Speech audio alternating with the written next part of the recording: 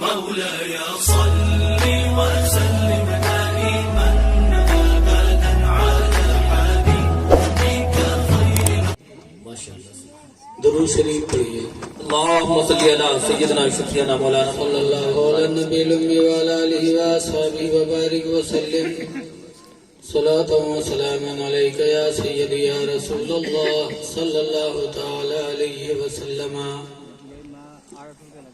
یہ کو کم کر دینا بیٹا تاکہ آواز سمجھ میں آئے. حضرات عزیز گرامی، حضرت علامہ مولانا عرفان چترویدی صاحب نے بلایا، ان کی دعوت پہ میں حاضر ہوا. ہماری جماعت کے ایک عظیم عالم دین حضرت علامہ مفتی محمد اسرار احمد صاحب قبلہ اسٹیج پر تشریف فرما ہے، اور ابھی ایک اولاد رسول کے چہرے کی زیارت ہم اور آپ کر رہے تھے. آج یہ محفل شادی کی بھی ہے، دستار بندی کی بھی ہے، اور مسجد کے بنیاد کی بھی ہے. ماشاءاللہ، سبحان اللہ. قرآن کریم کی ایک آیت میں نے پڑھی ہے، اللہ تعالیٰ فرماتا ہے الذین اوتوا العلم درجات، جو علم والے ہیں وہی درجے والے ہیں. بے شک، سبحان اللہ. علم انسان کے ترقی اور بلندی کا ذریعہ ہے، اسی لیے علم حاصل کرنے کی طرف میرے پیغمبر نے فرمایا ہے اطلبوا العلم، اے لوگو تم علم حاصل کرو، من المہدی، ماں کی گود سے لے کر کے الی اللحد، قبر تک. سبحان اللہ، سبحان اللہ. لیکن آج بہت سے لوگ جلسے جلوس میں نہیں آتے، جو ایک کتاب پڑھ لیں تو کہتے ہیں کہا جی جتنا مولانا بتائیے اتنا تو ہم جانتے ہیں. ٹھیک ہے، خدا کرے جانو، لیکن علم کی کوئی حد نہیں ہے. حضور غوث پاک فرماتے ہیں درست العلم، میں نے علم اتنا حاصل کیا حتی صرت قطبہ، یہاں تک کہ میں قطب ہو گیا. علم حاصل کرتے کرتے قطب ہوئے غوث پاک. پتا چلا کہ بغیر علم کے کوئی ترقی نہیں کر سکتا. بے شک، بے شک. ماں کی گود سے قبر تک. پتا چلا کہ ماں کی گود بھی مدرسہ ہے. بھائی جہاں علم حاصل کیا جائے وہ جگہ مدرسے کی ہے. تو حضور فرماتے ہو طلبوا العلم من المہدی، اے لوگو تم ماں کی گود سے علم دین حاصل کرو. ماں کیسے کیسے ہوتی ہیں. میں شادی ہے اس لیے ایک بات کہنا چاہتا ہوں، اور جگہ کی رات بھی ہے، شاید ہو گئی دعوت ولیمہ والی رات. حضرت موسیٰ پیغمبر ہے، انہوں نے دعا مانگی تھی کہ اللہ میں تجھے دیکھنا چاہتا ہوں، تو اللہ تعالیٰ نے فرمایا نہیں دیکھ سکتے. تو کوشش کیا تو اللہ تعالیٰ نے فرمایا 40 دن روزے رکھو پہلے. تو اللہ کو دیکھنے کے لیے حضرت موسیٰ علیہ السلام 40 دن روزہ رہے. پتا چلا دیدار الہی بہت بڑی نعمت ہے، ورنہ اس کے لیے موسیٰ علیہ السلام 40 دن روزہ کیوں رکھتے. 40 دن روزہ رکھ کے پھر طور پہاڑ کے اوپر اللہ تعالیٰ نے بلایا. جب وہاں گئے تو اللہ نے اپنی ذات کو نہیں دکھایا، بلکہ اپنی صفتوں میں سے ایک صفت، اللہ کی صفت بہت ہے. جیسے مولانا عرفان کا جسم یہ ان کی ذات ہے، اور ان کا چترویدی ہونا، شاعر ہونا، یہ سب ان کی صفت ہے۔ ایسے اللہ واجب الوجود ہے، اور اس کی صفت ہے رحمان ہونا، رحیم ہونا، غفار ہونا، قہار ہونا، یہ اس کی صفتیں ہیں۔ تو اللہ تعالیٰ نے طور پہاڑ پر موسیٰ علیہ السلام کو اپنے آپ کو نہیں دکھایا، بلکہ اپنی صفتوں میں سے ایک صفت کی تھوڑی سی جھلک دکھائی۔ کتنی تھوڑی؟ تفسیر میں لکھا ہے سوئی کا نوک جو ہوتا ہے نا، اس کے کئی حصے کر ڈالو، اس میں سے ایک حصہ کے برابر دکھایا۔ تو جب ایک صفت کی تھوڑی سی جھلک موسیٰ پیغمبر نے دیکھی تو قرآن کریم میں ہے خرّا موسیٰ صعقا، تو موسیٰ چت ہو کر کے گر گئے، اس کو تاب نہیں لا سکے۔ اس کے بعد موسیٰ پیغمبر کی آنکھ پر کوئی آنکھ ڈالتا تھا تو اس کی آنکھ بہہ جاتی تھی، تو موسیٰ علیہ السلام نے اپنی آنکھوں پہ پردہ ڈال لیا تھا، چہرے پہ پردہ رکھتے تھے ہر وقت پردہ، اس لیے کہ بہتوں کی آنکھ چلی گئی، جو بھی موسیٰ علیہ السلام کو دیکھتا اس کی آنکھ چلی جاتی، تو پردہ ڈال لیا۔ جب کافی دن گزرے تو ان کی بیوی صفورہ، موسیٰ علیہ السلام کی بیوی صفورہ نے کہا اے میرے پیارے شوہر موسیٰ، تم ہمیشہ اپنے چہرے پہ پردہ ڈالے رہتے ہو، اچھا نہیں لگتا، پردہ ہٹا لو۔ موسیٰ علیہ السلام نے فرمایا صفورہ پردہ ہٹاؤں گا، تم میری نگاہوں کو دیکھو گے تو تمہاری آنکھیں بہہ جائیں گی۔ موسیٰ علیہ السلام کی بیوی صفورہ کہتی ہیں کہ موسیٰ پردہ ہٹا لو، آنکھ بہہ جائے اس سے کوئی مطلب نہیں، لیکن میں ان آنکھوں کی دیدار کرنا چاہتی ہوں جن آنکھوں نے خدا کی صفت کی تجلی کا دیدار کیا، میں ان آنکھوں کو دیکھنا چاہتا ہوں۔ تو موسیٰ علیہ السلام ان کی خواہش کے مطابق ہے تو صفورہ تیار ہو جاؤ، کہاں میں تیار ہوں۔ تو موسیٰ علیہ السلام نے جب پردہ اٹھایا تو صفورہ نے ایک آنکھ بند کر لیا، ایک آنکھ سے دیکھا، سوچا جائے تو ایک کے جائے دونوں کہے جائے، تو ایک آنکھ پہ ہاتھ رکھ لیا صفورہ نے، ایک آنکھ سے حضرت موسیٰ علیہ السلام کی آنکھوں کو دیکھا تو فوراً صفورہ کی آنکھ بہہ گئی، لیکن دیدار الہی ایسی تاب صفورہ میں کہ فوراً بہی ہوئی آنکھ کے اوپر دوسرا ہاتھ رکھا اور اس آنکھ کو کھول دیا کہ اس آنکھ سے بھی اپنے رب کی تجلی کو دیکھوں گی۔ تو اس آنکھ سے دیکھا تو یہ آنکھ بھی بہہ گئی صفورہ کی، لیکن اللہ تعالیٰ نے اپنی قدرت سے پہلی والی آنکھ میں روشنی عطا فرما دیا،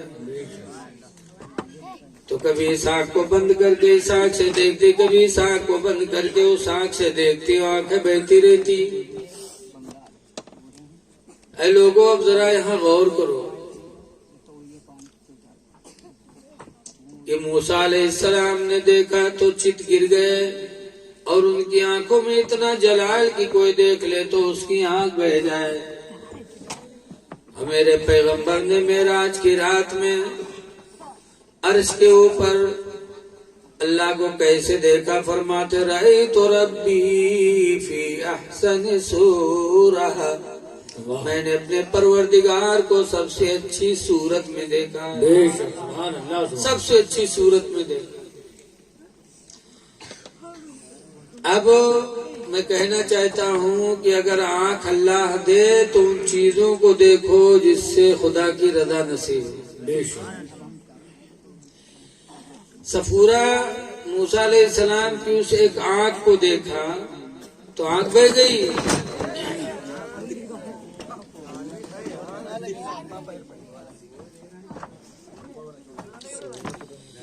آج ہماری طرف عورتیں رت جگہ کی محفل کرتی ہیں اور اس میں کہتی ہیں، اب یہاں ہوتا ہو کہ نہیں ہوتا ہو لیکن ہماری طرف ہوتا ہے، گانا گاتے ہیں آنگن میں آ جاؤ اللہ مرے۔ جب موسیٰ علیہ السلام کی آنکھوں نے ایک تجلی کا ایک حصہ دیکھا تو جو دیکھتا اس کی آنکھ بہہ جاتی. ابھی ہماری ماں بہنیں خدا ہی کو بلاتی آ جا آنگن میں اللہ مرے تو ان کے آنکھ کے کیا عالم ہوگا. اور یہ بولی بھی غلط ہے. اللہ تعالیٰ اپنے بندے سے بہت قریب ہے. اللہ قرآن میں فرماتا نحن اقرب من حبل الورید، میں بندے کے اس رگ سے بھی زیادہ قریب ہوں جس سے وہ کھانا پانی اندر لے کے جاتا ہے. اس لیے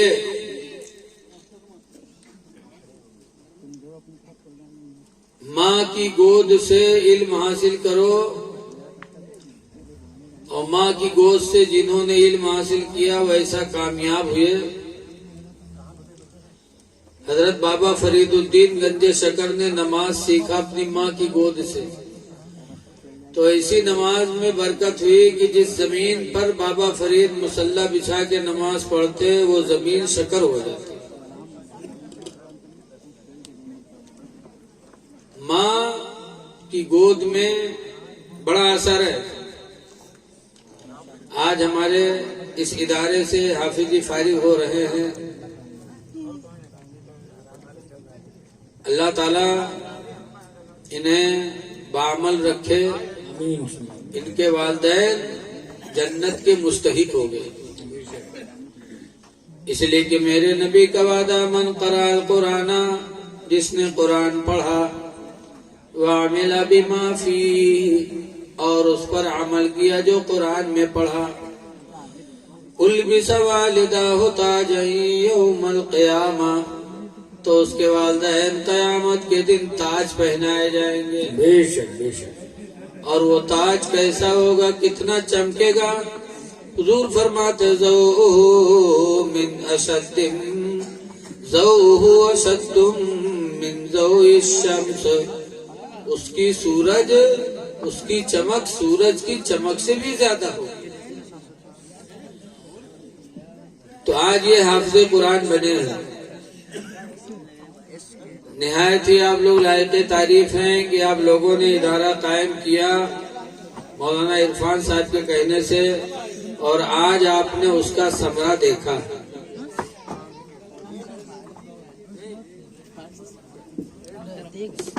ابو لہب نے میرے نبی کی شان میں توہین کیا تو قیامت تک اس کی برائی کی جائے گی. تو بات آ گئی وہ، تو انگنا نے کہہ دیا ہمارا نام تبت یدا میں یہاں لکھا انگنا نو، تو اب پیرا کڑبڑان کہ اس کی ہمارا نام، تو کہیں پیرا قرآن منائی ہے. تو پیرا کا مسجد میں مولوی صاحب سے کہلا کہ مولوی صاحب تو نہیں ہمارا نام ڈھونڈ دو قرآن میں. تو کہیں کہا کہیں پیرا، تو مولوی صاحب ڈانٹیں گے ہٹ نالا ہے، کہیں پیرا کہا ہے قرآن میں دے.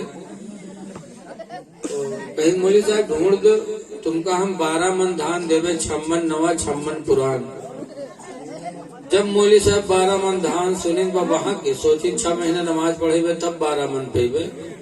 آواز اکے مسلم یہاں 12 من پائے جائے تھے. مولوی صاحب پھسل گئے. کہیں اچھا ٹھیک ہے جاؤ عشاء کی اذان میں یہاں انگنا کا بلائلہ ہم تمہارا نام قرآن میں پڑھ کے بتا دیں. گواہ پیرا کہیس کی آج شام کے چلو مولوی صاحب ہمارا نام قرآن میں پیرا پڑھ کے بتائیے. انگنا کہے صحیح نہیں کس کے پڑھی ہیں. کہیں ہوا چلو تو کہیں اچھا ٹھیک ہے شام کے چل گئے. لیکن ایک بات یاد رکھو، نقل کفر کفر نہ باشا. گئے اذان ہوئی، مولوی صاحب نماز پڑھانے لگے. تو الحمد کے بعد مولوی صاحب نے سورہ رحمان پڑھانا شروع کیا. اب اگنا پیرا پیچھے مولوی صاحب نے پڑھانا شروع کیا. مرج البحرین یلتقیان بینہما برزخ لا یبغیان فبأی آلاء ربکما تکذبان الپیر والپیریان فبأی آلاء ربکما تکذبان. اگلا پیچھے کھڑا رہا تو کہتے الغلط والغلطان فبأی آلاء ربکما تکذبان. تو مولوی کہتے 56 نوا 56 قرآن فبأی آلاء ربکما تکذبان. بات چاہیے 12 من دھان کی، تو ایسے ایسے لوگ ہیں کہ پیسے کے چکر میں بھی بھاگ جاتے.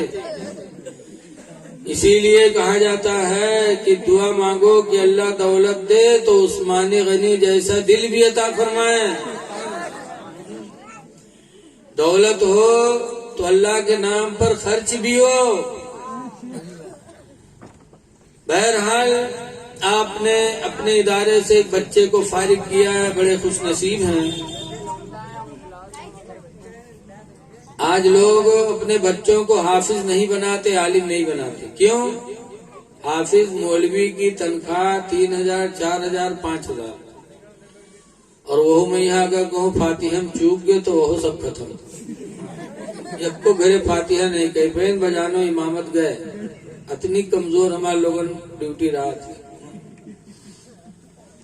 کہتے ہیں حافظ بنانے سے کیا فائدہ، لیکن اے لوگوں یاد رکھو روزی کا ذمہ اللہ نے لیا ہے. ہماری طرف یا آپ کی طرف بھی ہوگا. اب تو خیر پکے مکان ہیں، کھپڑے کے مکان ہوتے تھے، لٹان ہوتی تھی.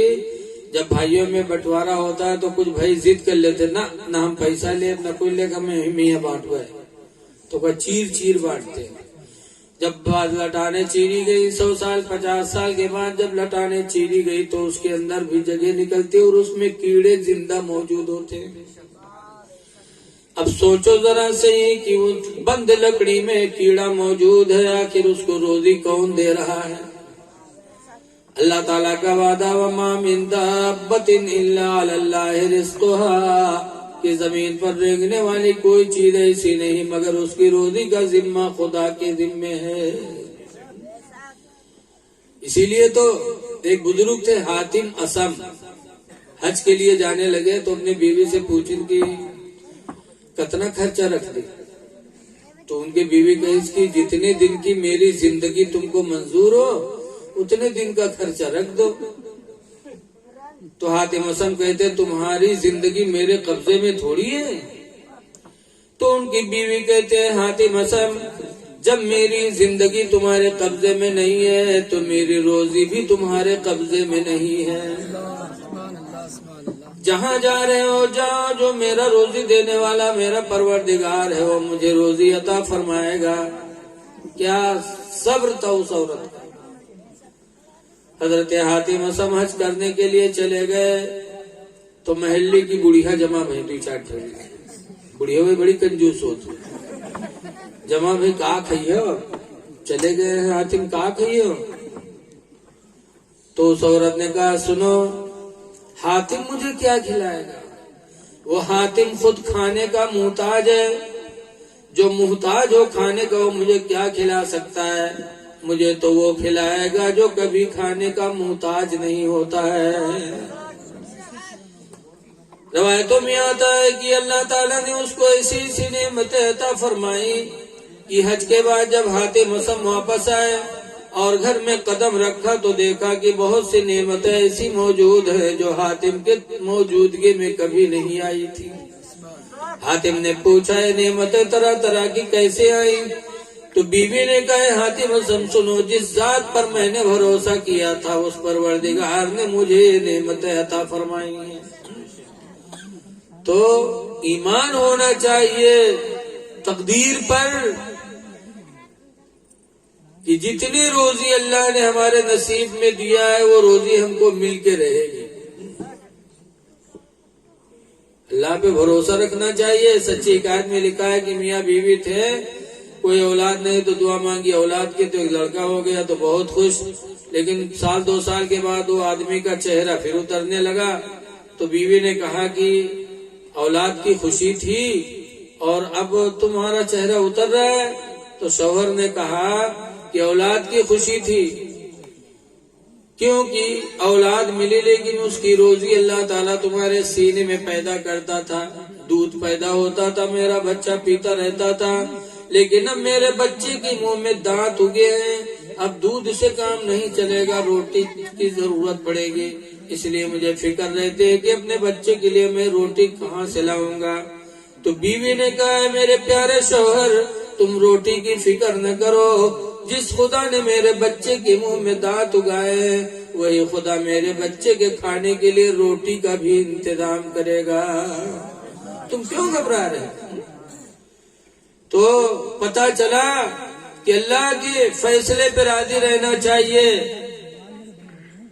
بھیا یہ بات نہ کرو یار آپ لوگ، اگرچہ جانتے ہو جو کچھ میں کہتا ہوں لیکن پھر بھی تھوڑی دیر خاموش رہو، محفل ہے. اللہ کا وعدہ نحن نرزقکم وإیاہم، ہم تمہیں بھی روزی دیتے ہیں اور انہیں بھی روزی دیں گے. اللہ روزی سب کو دے گا. تو اپنے بچے کو حافظ بناؤ، عالم بناؤ تاکہ دین کا کام ہو. روزی بھی جتنی نصیب میں اتنی ملے گی، دن بھی جتنے نصیب میں اتنے ہی ملیں گے. آئی لوگ داڑھی نہیں رکھاتے، نماز نہیں پڑھتے، کم سے کم ابھی حسینی کے نام پر آپ نے ہاتھ اٹھایا ہے تو امام حسین کی زندگی تو دیکھو کہ یزید کے ہاتھ پہ ہاتھ نہیں رکھا. ہم لوگ ایسے رکھ دیتے، بہت سے بابا دعوت ہیں ہاتھ پر ہاتھ دے کے مرید ہو جاتے، کہا اپنے رستہ. لیکن ایسے ہی امام حسین بھی رکھ دیتے یزید کے ہاتھ پہ ہاتھ نہیں رکھا. مدینہ چھٹا تو چھوڑ دیا. وہ مدینہ دعا مانگتا ہے مسلمان، دکھا دے یا الہی وہ مدینہ کیسی بستی ہے جہاں پر رات دن مولا تیری رحمت برستی ہے. وہ مدینہ امام حسین نے چھوڑ دیا،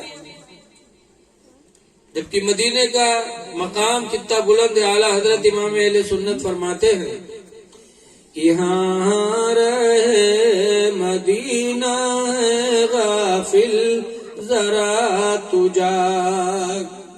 حاجیوں کو اعلیٰ حضرت فرماتے ہیں ہاں رہے مدینہ ہے غافل ذرا تو جاگ.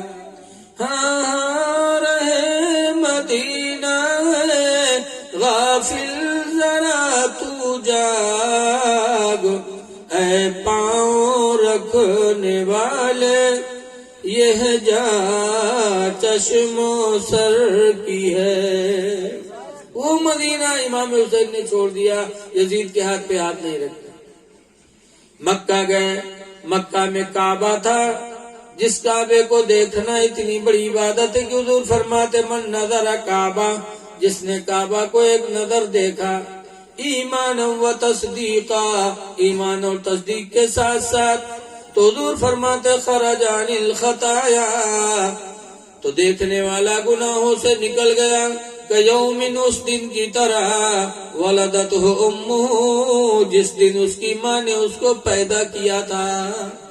ایسا کعبہ مکہ میں موجود، مینا بھی موجود، آب زمزم بھی موجود، مقام ابراہیم بھی موجود، عرفات بھی موجود. لیکن امام حسین نے وہ سب کچھ چھوڑنا گوارا کر دیا، لیکن یزید کے ہاتھ پہ ہاتھ نہیں رکھا. کربلا گئے، جان دے دی، اپنے بچوں کو لٹا دیا، لیکن یزید کے ہاتھ پہ ہاتھ کیوں نہیں رکھا؟ اس لیے کہ یزید نے داڑھی بنوائی تھی، یزید نے نمازوں کو چھوڑا تھا، یزید جوا اور شراب میں ملوث ہو گیا تھا. تو ایسے کہ ہاتھ پہ ہاتھ امام حسین نے نہیں دیا. اور آج ہم تم بابا دے گاؤں گاؤں ٹہرت ہیں، بس جھٹا جھٹ مرید ہو جاتا آپ لوگ. یہ نہیں سوچا تو کہ نماز پڑھتے نہیں ہیں، یہ سنت کے مطابق ان کا لباس نہیں ہے. امام حسین کی زندگی ہمارے لیے تمہارے لیے نمونے عمل ہے. یزید سے ناراض تھے، ہاتھ پہ ہاتھ نہیں رکھا، کیوں؟ یزید نے داڑھی بنوائی، نمازوں کو چھوڑا. آج آپ حسینی ہو کے داڑھی بنا رہے ہو. حدیث شریف میں لکھا ہے کہ داڑھی قبر میں روشنی کا سہارا ہے. جس کے چہرے پہ داڑھی ہوگی اس کی قبر میں روشنی ہوگی. لیکن کیا بتایا جائے، آج لوگوں کے دل اتنے ڈھیٹ ہو گئے ہیں کہ قبر سے ڈرتے نہیں، قبر سے بھی نہیں ڈرتے. ایک بڈھا تھا، بڑھوا بیمار تھا، تو اس کے لڑکے اس کے چارپائی کے دائیں بائیں بیٹھے تھے، بات چیت ہو رہی تھی. تو بڑھوا کہے اس کی بھیا رے اب ہم بچ پائے نا، لاگت ہے مر جی. تو لڑکوں کہیں تھا تو کہیں بھیا جو ہم مر جیبے نا تو ہمارے کفن میں یہاں پران کپڑا دیو نوا کپڑا نہ دیو. تو لڑکوں کہیں یوں کہاں وہی جگہ تھے ابا کہ آپ گھر بنوائے دکان بنوائے سب کچھ کی عمرے خاطر مر جائے تو ہم لوگ کفن پران کپڑا دے گاؤں والے رشتے دار کہاں کہیں ہیں. تو بڑھوا کہا تھا گاؤں والے چکر میں پڑ گئے کہ ہم کا پھنسائی بے لاگ رہے تم لوگ. کہیں کہا ہے ابا کہنے رے پران کپڑا میں لپیٹ کے رکھو تاکہ منکر نکیر جب حساب لے آئی ہیں دیکھیں کفن پران تو کہیں یہ تو بہت پہلے مر چکا ہے کہ حساب ہوئے گا وہ چھوڑو تو چھوڑ کے چلے جائیں اور نوا نوا کفن میں لپیٹ کے رکھیو تو جڑتے جڑ جائیں ہیں کہ نہ جٹی ہیں رے. ایسے ایسے ڈھیٹ بڑھوا پڑے کہ زندگی بھر تو دلالی کرتا ہے لیکن مرے بعدوں ہو دلالی کرے سوچو بیٹھے. قبر سے ڈرتے نہیں ہیں لیکن قبر بہت کٹھن منزل ہے بہت کٹھن ہے. اعلیٰ حضرت امام اہل سنت اتنے بڑے مجدد ہونے کے باوجود اپنے پیغمبر کی بارگاہ میں دعائی پیش کرتے ہیں. یا رسول اللہ کھڑے ہیں منکر نکیر سر پر نہ کوئی حامی نہ کوئی آور. کھڑے ہیں منکر نکیر سر پر نہ کوئی حامی نہ کوئی آور. اور بتا دو آ کر میرے پیمبر کہ سخت مشکل جواب میں. بتا دو آ کر میرے پیمبر کہ سخت مشکل جواب میں. تو داڑھی قبر میں روشنی کا سہارا ہے. اس لیے نوجوانوں داڑھی رکھا لو. خدا جانے کس وقت موت آئے. سوچتے ہو کہ بڑھاپا میں رکھا لیں گے بڑھاپا ملے کہ نہ ملے. موت آنی ہی آنی ہے. چہرے پہ داڑھی ہوگی تب بھی آئے گی داڑھی نہیں ہوگی تب بھی آئے گی. تو چہرے پہ داڑیاں سجا لو مسلمان بن کے جی لو. قرآن کہتا ہے وَلَا تَمُوتُنَّ إِلَّا وَأَنْتُمْ مُسْلِمُونَ. ہرگز ہرگز تم نہ مرو مگر مسلمان بن کے مرو. داڑیاں رکھا لو. لیکن آج افسوس ہے ہماری یو پی میں نہیں ہے. گجرات چلے جاؤ مہاراشٹر چلے جاؤ وہاں کے نوجوانوں کو دیکھو کالج میں پڑھتے ہیں دکان پر بیٹھتے ہیں لیکن ماشاءاللہ داڑھی ان کی پوری پوری ہوتی ہے جیسے مولوی مولانا لگتا. اپنے یہاں کے اللہ جانے کیا ان کو سوار ہے کون بھوت سوار ہے کہ بس فٹ سے اسی میں ہیرو پن تصور کرتے. ارے چہرے پہ داڑھی سجا لو اسلامی لباس پہن لو رسول اللہ کے غلام بن کے جی لو. انگریزوں کے غلام نہ بنو یہود اور عیسائی کے غلام نہ بنو نبی کے غلام بن کے جی لو. ایک صحابی تھے جن کا نام ہے حضرت سفینہ. اللہ کی راہ میں جہاد کے لیے جا رہے تھے قافلے سے بچھڑ گئے تو پھر قافلے کا ساتھ لینے کے لیے بڑھے تو راستے میں جنگل پڑ گیا. جب جنگل پڑا تو حضرت سفینہ تنے تنہا تھے جنگل میں. اچانک جنگل کا شیر حضرت سفینہ کے آگے آ گیا. جب شیر آگے آیا اچھا یہ بتاؤ ہم کا تم کا اگر کہوں گنا کھیت میں شیر اکیلے مل جائے تو کیا حال ہو بتا.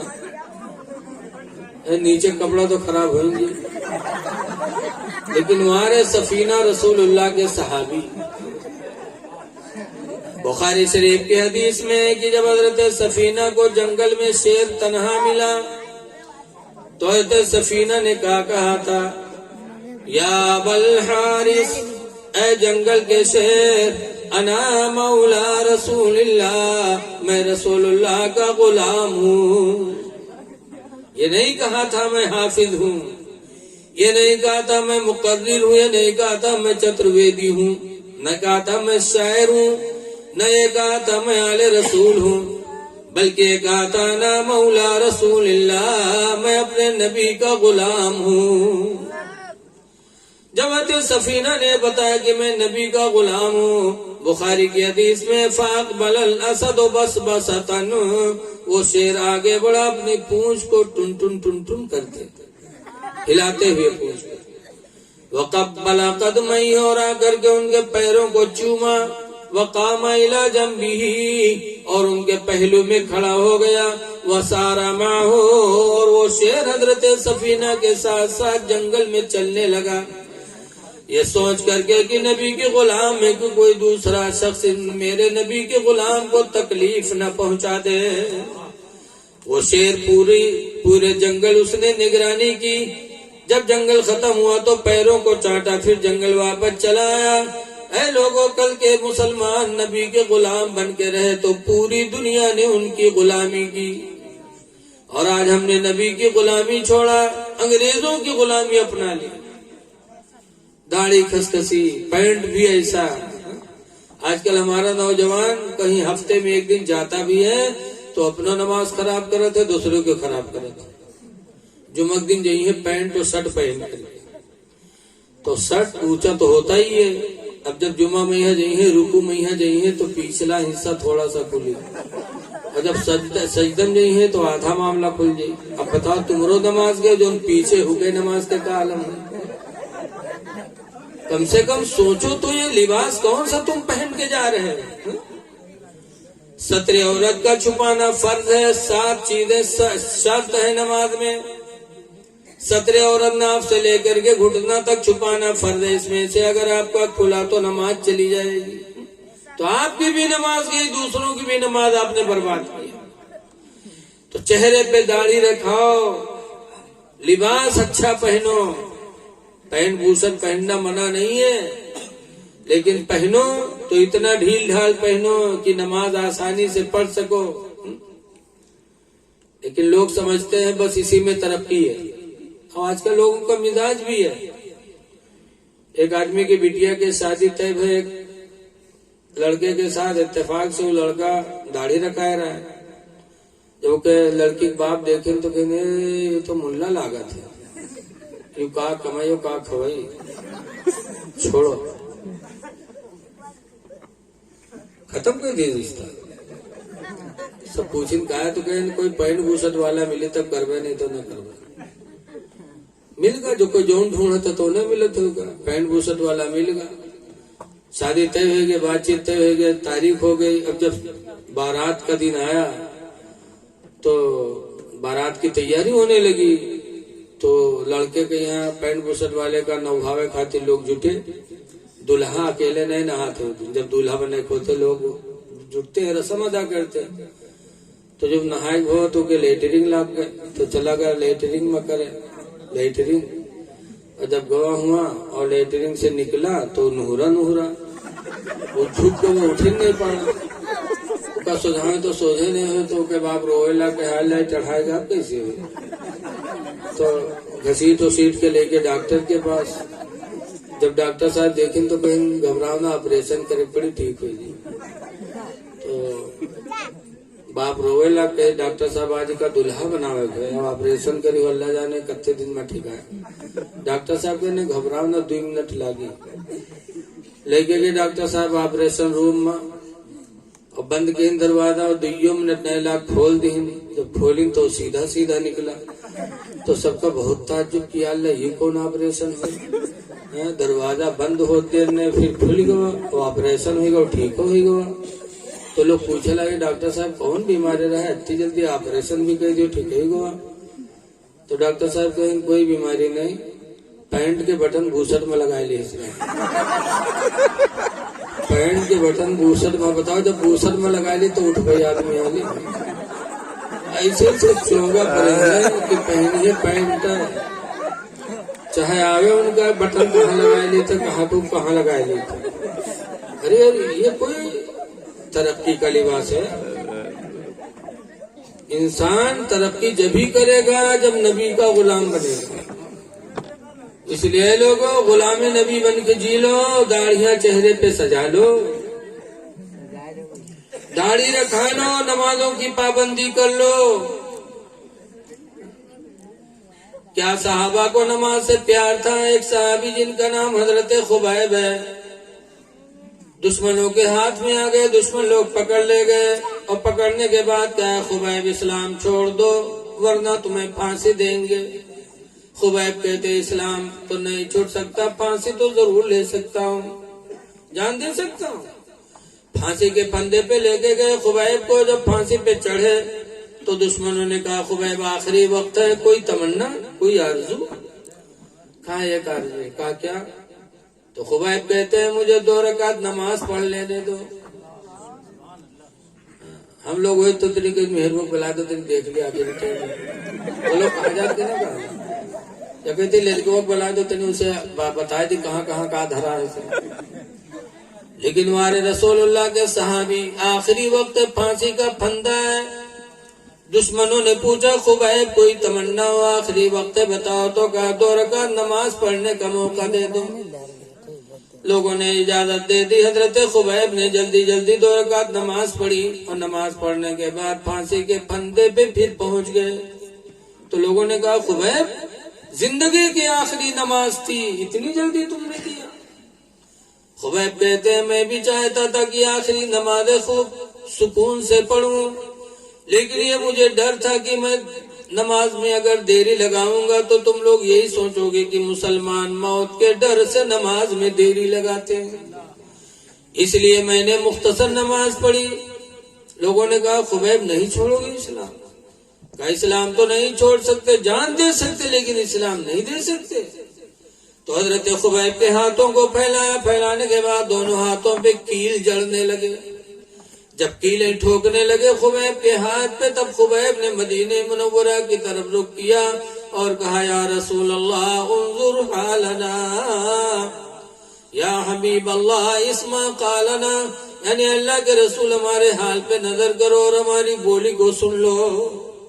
جب مدینہ منورہ کا رخ کیا تو دشمنوں نے حضرت خبیب کے چہرے کو پکڑ کر مدینے سے موڑ دیا، تو خبیب روئے، کہنے لگے اے لوگوں میرا چہرہ تو مدینے سے موڑ سکتے ہو، لیکن خدا کی قسم میرے دل کو مدینے سے کبھی جدا نہیں کر سکتے۔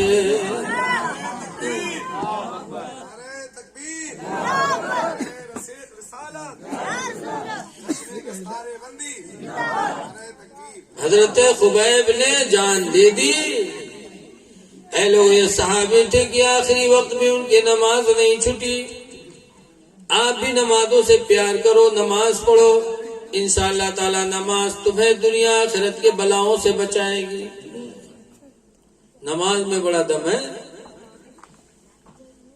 حضرت رابعہ بصریہ بصرہ کے رہنے والے ایک عورت ہے رابعہ، ایک دن گھر میں سو رہے تھے، گھر والے کہیں مہمانی میں گئے تھے، تنہا رابعہ تھی، اچانک چور آ گیا، آیا دیکھا رابعہ سو رہی، بہت خوش ہوا کہ اکیلے ایک عورت سوت ہے تو آرام سے چوری کروے، اگر اٹھ پڑی تو ایک گھوسا بھی کا مارا زمین پکڑ لی، کری کام ہے۔ بہت آسانی سے چوری کیا، چادر میں مال جمع کیا، رابعہ سو رہی ہے، چادر باندھی اور گٹھری بنا کر کے اپنے سر پہ رکھا اور رابعہ کے گھر سے نکلنے کا ارادہ کیا تو اللہ نے اس کی آنکھوں کی روشنی ختم کر دی، اندھا ہو گیا۔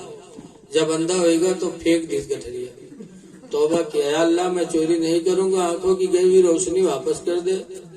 تو اللہ تعالیٰ بڑا رحیم و کریم ہے، بندے پہ بڑا مہربان ہے، فوراً اس کی آنکھ واپس کر دی۔ جب دیکھے لاکھ پھر تو بیر بیر تھوڑا ہوئی، وہ پھر اٹھا دی گٹھری۔ انسان بڑا لالچی ہوتا ہے، پھر اٹھا لیا، اور جب پھر اٹھایا سر پہ رکھا جانے کا ارادہ کیا تو اللہ نے پھر اندھا بنا دیا، تو پھر پھینکا، پھینکنے کے بعد رو رو کے توبہ کرنے لگا، کہا الہی آنکھوں کی روشنی واپس کر دے، اب زندگی میں چوری نہیں کروں گا۔ اللہ نے پھر واپس کر دیا۔ جب پھر دیکھنے لگا تو دعا مانگنے لگا، اللہ زندگی گزر گئی، بڑے بڑے گھروں میں نے ڈاکہ ڈالا، آج اس گھر میں تنہا ایک عورت سو رہی ہے، چوری کرنے پر مجھے قدرت کیوں نہیں ملتی؟ تو غیبی آواز آئی ہے میرے بندے، تو نے بڑے بڑے گھروں میں ڈاکہ ڈالا ہوگا لیکن اس گھر میں ڈاکہ نہیں ڈال سکتا، اس گھر کی لڑکی یہ بندی میری نماز عشاء پڑھ کے سوئی ہے، نماز عشاء کی برکت سے میرے فرشتے اس کے جان و مال کی حفاظت کا پہرا لگا رہے ہیں۔